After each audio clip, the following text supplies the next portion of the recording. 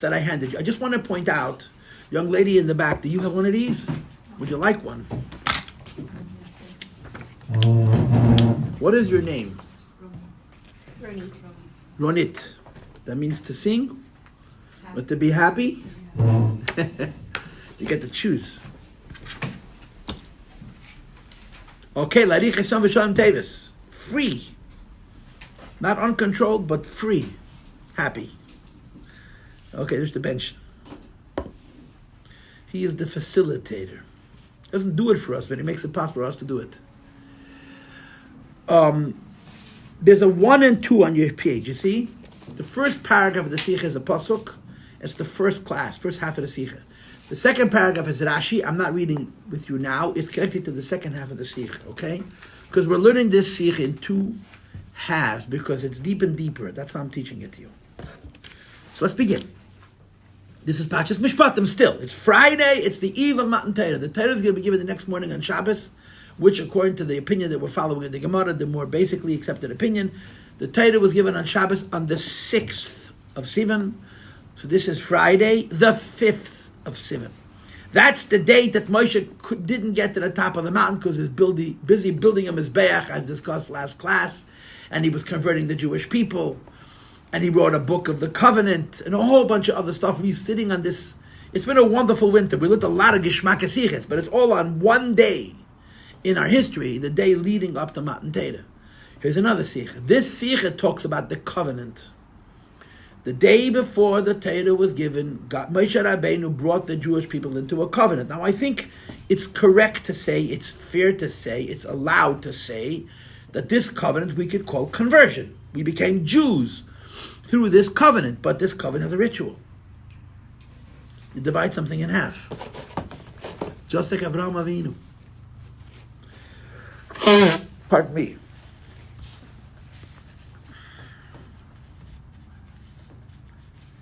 Vayishlech es nari b'nei Yisrael. Moshe Rabbeinu sent the young lads of Israel.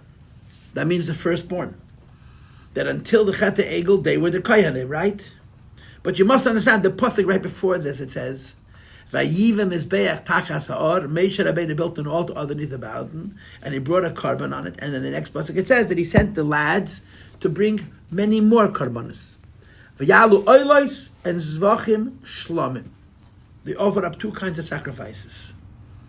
They offered up oilos, sacrifices that go on the mizbeach completely, and shlomim, which means peace offerings, that are eaten jointly by God, the priests, and the Bailim, and the host. Right? Now, if you recall, I had a conversation with you more than once about what's so special about a shlomim. A peace offering is very special because you're literally sitting at the same table with God. He's got his piece, you got your piece. You know, you're not supposed to look at somebody else's plate when you eat. Hashem's plate is boring, to quote my voice from this morning, because the parts of the animal the Eibush eats, like the kidneys, Amachaya, he can have them. They're not actually delicacies, huh? But the Eibush has his piece, the Yisrael has his piece, and the Kohen has his piece. Now, parenthetically, as an aside, there are 2 karbonos that are eaten by people that are different, and that's a chatas and an asham. Chatas means a sin offering, and Asher means a guilt offering. What's a guilt offering? It's just another word for sin. So why are we translating one as a sin offering? As a guilt offering, because we use the same word, it would be boring, right? So there's 2 types of sin offerings. One is called an Asham, which is masculine. And the other is called the Chatas, which is feminine. And there's, of course, a lot of mysticism why this is masculine, this is feminine. Karbones Chatas and Karbones Asham are eaten by Kohanim. A person brings a sin offering, he doesn't eat the meat, the Kohen eats it. The Mizbeach gets only a small portion of it. And they get the parts that nobody else wants to eat, as I discussed a moment ago. But the Gemara says, and Chassidus brings it, when the Kohen eats, the host of that carbon, the offerer of that carbon is atoned, is cleaned up, because Mamorim and Chassidus actually explain that Achilas Koyanim is higher than Achilas Mizbeach. The Mizbeach's eating is the lower level. The Koyanim eating, which is called Achilas Adam, man eating, or mystically Adam Elyon, supernal man eating, is considered even higher.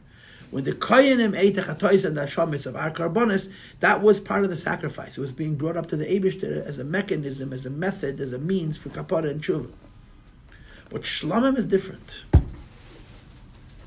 You sit at the same table with the Eibishter and you eat meat. And it says in our parsha that the Jews sat at the same table with the Eibishter and they ate meat, and they got a little too comfortable. They forgot where they were. They saw God and they ate and they drank. They sat at the same table with the Eibishter and they enjoyed their food, and they forgot, like Rabbi Cass used to say in 770 every year before Tchias, you have to know where you're standing and from who you're standing. They got a little too comfortable. And Rashi says, when you're sitting next to God, you get too comfortable, it's bad. You're going to forfeit your life. But the Eibishter delayed it till later because he wanted the event of Matan Torah. The wedding should be happy. But later on, it wasn't good. When you sit at the same table, and next you're sitting the Eibishter, and next you're sitting the Kohen, you eat the meat, but you don't get comfortable. You're not frivolous. You're sitting in front of Hashem. That's a shlomim. And I explained to you, again, a number of times, that non-Jews can bring karbonis in our Beis HaMikdash. Non-Jews can build a mizbeach right here in Eastern Parkway.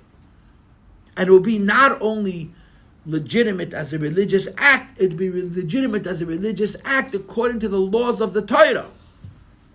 But you're not allowed to help him build a mizbeach. You can only tell him how to do it. He has to do it himself.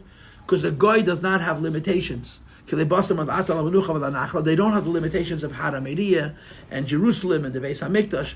They also do not have limitations of Tumah and Tara. Goyim are not Metama, they have no Tumah.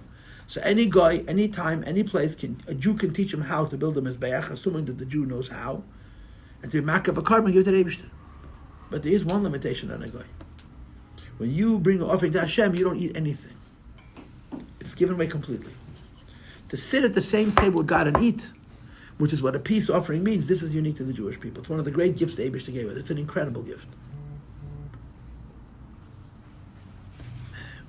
And if I may add, one of the types of shlamim is called a toida. Shlamim means a peace offering. Within peace offerings alone, there's a category. Toida means an offering of thanksgiving. The Chazal say that after Mashiach comes, the only carbon we're going to have is a toida. And of course, the Rebbe says, what do you mean? Toida never changes. So there's a lot of Chassidus on this Gemara. And one of the answers that brought is that the toida was the only carbon yachid that had chametz. Karbanos were all matzah. The Beis HaMikdash was Pesach like a whole year. Except once a year they brought chametz in, but they didn't put it on the Mizbeach. They brought it in, they took it out. A toida, which is a shlama, peace offering for Thanksgiving, always has chametz. So Chassidus says, the Mashiach is going to come, we're going to still keep the toida, meaning we'll keep all the karbanos. But the idea that even chametz could be a carbon is going to be special even after Mashiach comes. That's the pshat. So the peace offering is a big deal. Now this is the day before. The Torah has been given the next day, and they're already eating shlamim. Whatever the cutoff point is, the Jewish people, before the Eibishter actually gave them the Torah, already found themselves in the madrege where they could sit at the same table with Eibishter and eat food. So the pasuk says, I'll read it again from the beginning. Moshe Rabbeinu sent the young sons of Israel, means the firstborn. They brought up karbanos which are completely consumed by the Mizbeach, as well as karbanos which are jointly shared by the person, the host, God and the Mizbeach, and the Kohanim.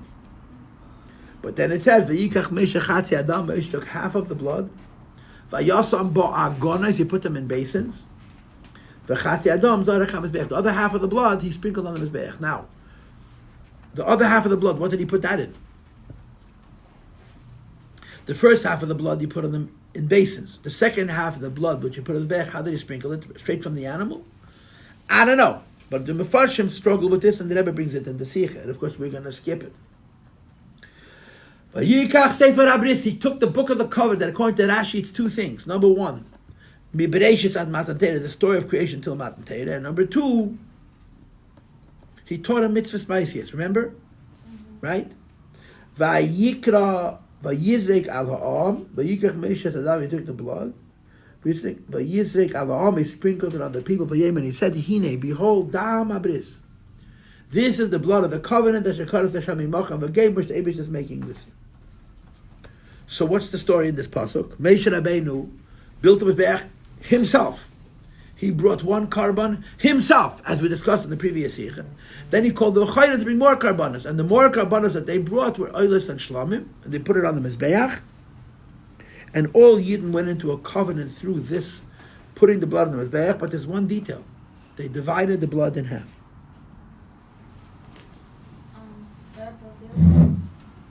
One second. How did they divide the blood in half? What does it say? Is half the blood was placed in the basins. The other half of the blood was placed on the Mizbeach. Now, there's two types of karbonos. There's the shlamim and an oila. Correct? In this first paragraph, we speak to dividing the blood in half, which you guys know from the previous class. Pardon me. What you gals know from the last class is reminiscent of the Bris Bein Apsarim. But as far as we're concerned right now, the dividing the blood in half was half they sprinkled on the people, and half he sprinkled on the Mizbeach. The Rebbe's going to change his mind. In the first half of the Sikha, the dividing the blood in half was half for man and half for God. The half for God went on the Mizbeach, the half for man was sprinkled on the people. Go ahead. Li, Ma'iriya, Shetlita. Talk. What exactly aganot means? It means a pail. You know what a pail is? No. When you were little, you went to the sandbox? Mm-hmm. Yeah, you know what a sandbox is? Oh, yeah. Yeah? When you go to the sandbox, what do you take with you? What did your mommy take with you to the sandbox? A little plastic shovel. Remember a little plastic shovel? Okay. Yes or no? Mm-hmm. And what else? Come on! You're younger than me! She said a bucket? A bucket. Oh, That's okay. agonis. Okay. I have trauma from the sandbox because my brother and I must have been 2.5. We were fighting over this. I remember it. I was before Upshen. We were fighting over the shovel. He was probably right because he probably said, "I'll use it first, and he'll use it second." And of course, as soon as it was his turn, I didn't want to give it to him. And I was holding on to it. He grabbed it and he hit his head and he pushed his head to get stitches. I remember it. I don't know if he remembers it, but it was a traumatic event. And of course, I couldn't be wrong, so it had to be his fault. But he was bleeding and crying, so I didn't. You don't do so good when your mother comes around and the other kid's bleeding and crying. But this actually happened. I remember it. My grandparents lived right near the beach, and we were very little. We used to visit my grandparents. My mother took us to the beach, and that happened. So I have trauma. You see, you raised by not knowing what agonis was, you brought me back 56 or 57 years to when my brother and I wasn't our first fight, and it certainly wasn't our last. And I made him bleed. Okay, now, so Chavra, listen carefully. The dividing the blood in half, as far as we're concerned right now, is half goes to God and half goes to the people. Yes? Beis 2 we're going to get back to in the next class. Turn the page. Now remember, the backs of the Sikha are here by mistake. Page 117, okay? Now, Chavra, I want to point one thing out. Go back to the page again. No. Okay, we'll do it here. Page 117, okay? You with me? Yes. Because of Kan Mefurish Dvar Chidush, in this pasuk, something novel is added. What is that? Vayikach Moshe Chatzi Adam v'Gomer, v'Chatzi Adam v'Gomer. That Moshe takes half the blood and the other half of the blood, right? Kalaima. This says, it's biblical, Chavre, it's a pasuk in Chumash, that Shahaya Maise Meyucha, there was a special act, Shel Chiluk Hadam Lebeis Chatzayin, to split the blood into two halves.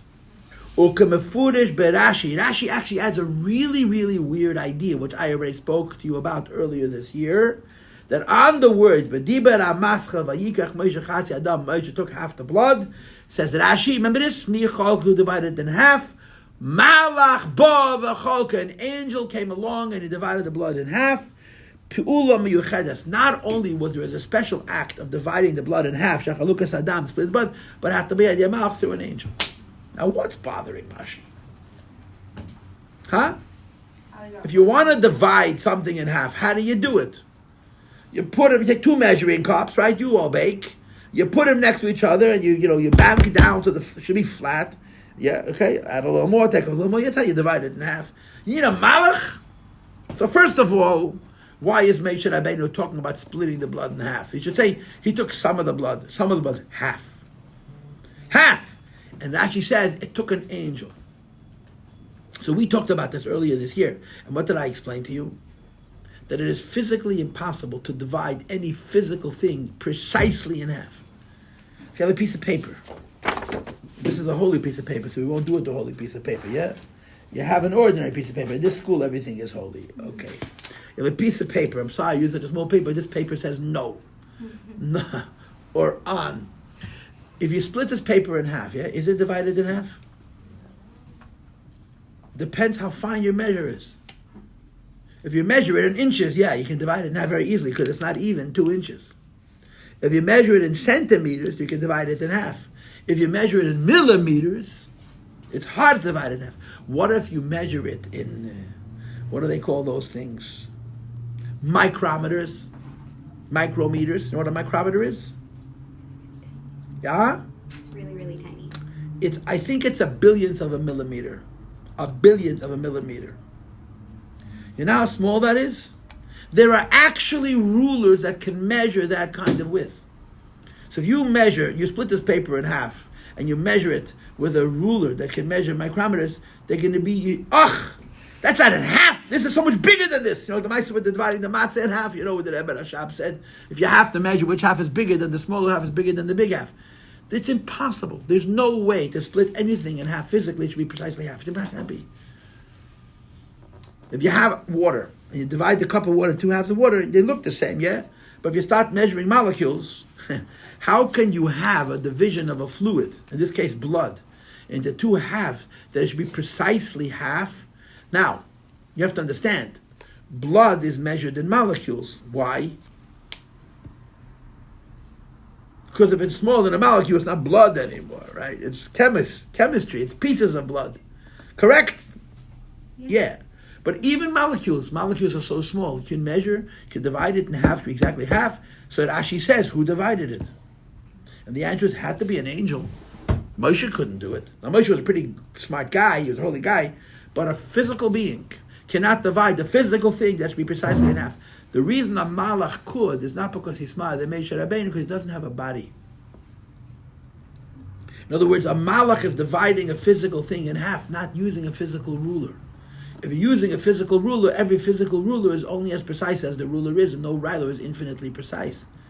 One physical thing is juxtaposed against another physical thing will only be precise to a certain degree. But the metaphysical thing, a ruchniistic thing,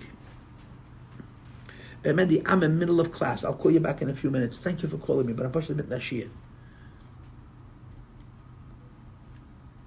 Okay. Hello?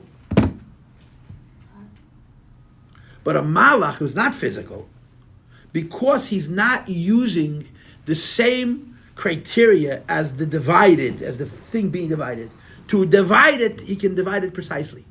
So Rashi says that. It takes a malach to divide something in half. Now, what's bothering Rashi?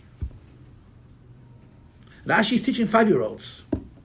And the 5-year-old kid doesn't have a problem. He asks his mommy, how do you divide the flour in half? And she takes 2 measuring cups. And she puts them next to her, and she bangs them down, and you see which flour is more. And she adds from here a little more. See, is it even? Yeah. and no kid's going to say, yeah, but mommy, but maybe there's more one than the next. He says, well, it looks the same. Yeah, it's close enough. But the Torah doesn't work on close enough. If it had said, Vayikach Moshe kachatzi hadam, approximately half the blood, that Moshe would have a question. Just like in Pashas Boy, Moshe Rabbeinu tells the Pharaoh, kachatzi halayla, approximately at midnight, I'm going to go up at Deich Mitzrayim, and Rashi says, the Eibush says, Yedei ita v'ragov. When Hashem says midnight, he means midnight. But the Pharaoh is going to miscalculate and say, aha, you were off by 4 millionths of a second. I don't care. All the firstborn dropped dead, but you were wrong and I win. That's how crazy the Pharaoh was. So Moshe Rabbeinu says, approximately at midnight, to take away that weapon from him. So if it said in our parasha, Vayikach Moshe kachatzi hadam, Moshe Rashi wouldn't say anything. But if it says half, it means half. And Rashi immediately says that's impossible. You cannot divide the physical thing in half precisely. And Rashi answers, and Malach did it. So there's 2 points here. Number one, the fact that the Torah points out that the blood is being split in half. And number two, we make a big deal out of it being exactly half. Now, why is this so important? Now, you know the answer. Because this is a covenant between parts. That's what this is. Just like the Eibush of Avraham Avinu, so you're going to start asking me if Avraham Avinu split them exactly in half, and you ask who helped him. Oh, the Malach cut them in half, so it was humane, it was painless, they used an anesthetic, I don't know what. Look at the bottom of the page. Rashi, Mikan, I circled the word Mikan. From here, Lomdu Rabbeinu, our rabbis teach us, our ancestors went into the covenant with God, or the conversion to God, to Judaism, B'milah, with the circumcision. Utvila by going to the mikvah, ubazaz dam, and sprinkling blood on their bodies. What's missing? Nasa v'nishma is missing. Why is it missing? Because that's the covenant itself. These are the rituals around the covenant. One of the rituals which was contributing to the covenant was sprinkling the blood. So she says, no. One of the rituals of the covenant was splitting the blood in half. Mikan! Sprinkling the blood is not the covenant. Splitting it in half is the covenant. Why? Because we have a precedent for this. We know from Pashas Lech Lecha that when you make a covenant, you divide one whole living thing into two halves and you walk through between the parts, and that constitutes a covenant. The proof for the covenant is not that they sprinkled blood, it's that they divided the blood in half. That's the diak mikan. From here that the Torah doesn't simply say they sprinkled blood, but they divided it in half. From this dividing in half, Lomdu Rabbeinu, our rabbis learned, Shenichnesu Aveseinu Lebris, that our ancestors went into a covenant. B'milah, through circumcision. B'tvila, going to the mikveh. V'az das, dam, having the blood sprinkled on them. But you see, the covenant is not about sprinkling the blood. This covenant is about dividing it. Klema, this means, I'll get you in a second. Turn to page 119 now, 18 now. Because of that, from this pasuk. Sheboy Mudgash, which emphasizes what? Shechotzu es hadam. Sprinkling the blood is not important. Dividing the blood. Lomdu Rabbeinu, this is how our rabbis taught. Shazazu, that this sprinkling of the blood, Hechnisa es Aveseinu lebris, it brought our ancestors into the covenant. Now, girls, I want you to appreciate that in the first half of the Sikha, the dividing the blood in half means the half that went for the Jews and half that went for the Mizbeach. In the half of the Sikha, we're going to change, second half of the Sikha, we're going to change our mind. But at this point, half the blood goes into these pails, half the blood goes on the Mizbeach. The covenant is identified not by sprinkling the blood of the Jewish people, but by dividing it in half. Mikan! What's your comment or question? I still have more time, people. I got a few more minutes. Go ahead. If the covenant is between Hashem and man, and part of the covenant is the splitting of the blood, that's done by an angel, not by man. So isn't that an issue? Well, Avraham divided the animals in half, and him and the Eibishter walked through. Yeah. So the issue is, the splitting of the blood is symbolic of the covenant. And then what you do with the blood is activating the covenant. In other words, the splitting of the blood is not the covenant, it's the indication of the covenant. The covenant by Avraham and Hashem was not splitting the animals in half, it was walking through between the parts. But dividing one living thing into two halves is an indication of a covenant. So Rashi says, Mikan Lomdu, our rabbis derived from the fact that they split it in half, and the Chumash says they split it in half, with an emphasis on splitting it in half. Mikan Lomdu, they were saying that this was a covenant. Says the Rebbe, I'm reading only the underlined. Girls, if you want to follow, page 118, second paragraph.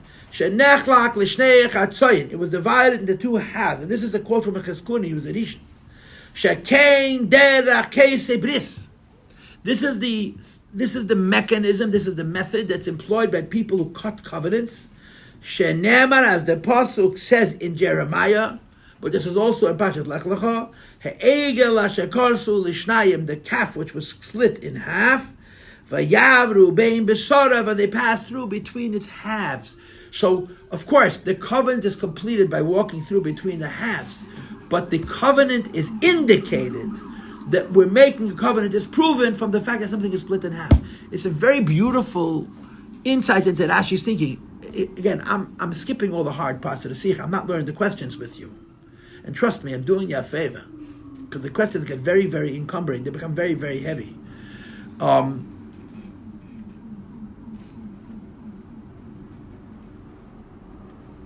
Rebbe has tons of questions. And this is the answer.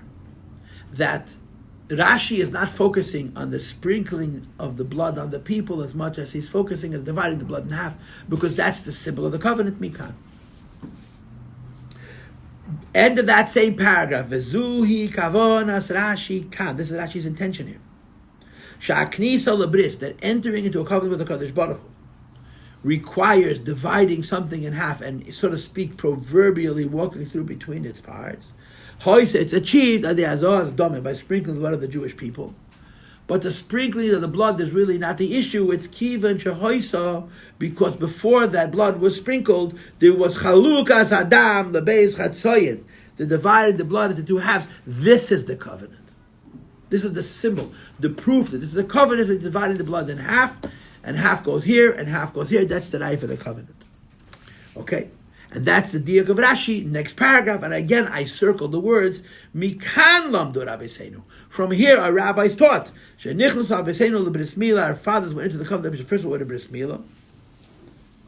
The hazaz dam, and having blood sprinkled on them, whether it was beach or whatever. The k'moi sheposhet, just like it's very simple and true and obvious. Shamila machnisas adam bris. Everybody understand that the circumcision was a bris. Avraham Avinu had it when he was 99. Yitzchak had it when he was 8 days old. We have it also when we're 8 days old. This bris milah was a covenant between man and God.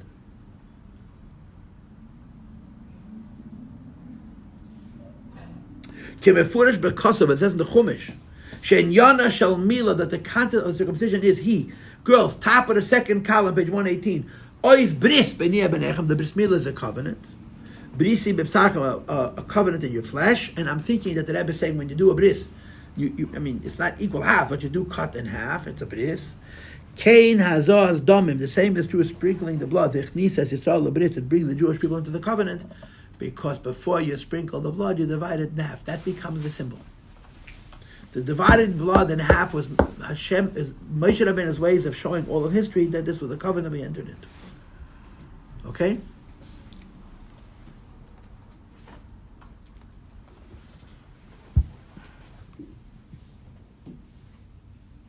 Questions or comments? Actually, wait, so before this Sikha, we were saying like the accepting Torah mitzvahs is the actual bris, and the preparation was mikvah, sprinkling the blood, and the bris. Right. Yeah, and so now we're saying instead of sprinkling, it's the dividing the blood. The divided blood is not the covenant; it's the proof that we're doing a covenant. Oh, the proof. Okay. The dividing is proof. It's not even the preparation for the thing? It is the preparation. Oh, it is. It's the proof. Mikan. Now you're going to have to come back after Pesach, and of course all of you are going to remember exactly what we're holding because you're such great students. Mm-hmm. I'm going to learn the second half of the Sikha. You know what's going to happen in the second half of the Sikha? Changes mind. That the two halves of the blood are not the half that God gets and the half that man gets. It's the oil and the shlomim. It's the two halves that we got. The half that Hashem got is not on the table. In the first half of the Sikha, you divide the blood in half. Half goes to the Mizbeach. Half is sprinkled on the people, right? Go back to the first page of the Sikha. Read the second paragraph, number 2. You're reading Rashi now. Shtei agonis, 2 pails. Echad l'chatzi dam oila, 1 for half the blood for the carbon oila, ve'echad l'chatzi dam shlama, the other half for the blood of carbon shlama. So we're dividing the blood in half, but which blood? In the first half of the Sikha, it's the half of the blood we get and half of the blood the get. Second half of the Sikha, it's both halves we get. One is an Elam, one is the Shlomim. That's a finer version of the Sikha. Ponyo. Very good. No questions or comments, we're going to stop.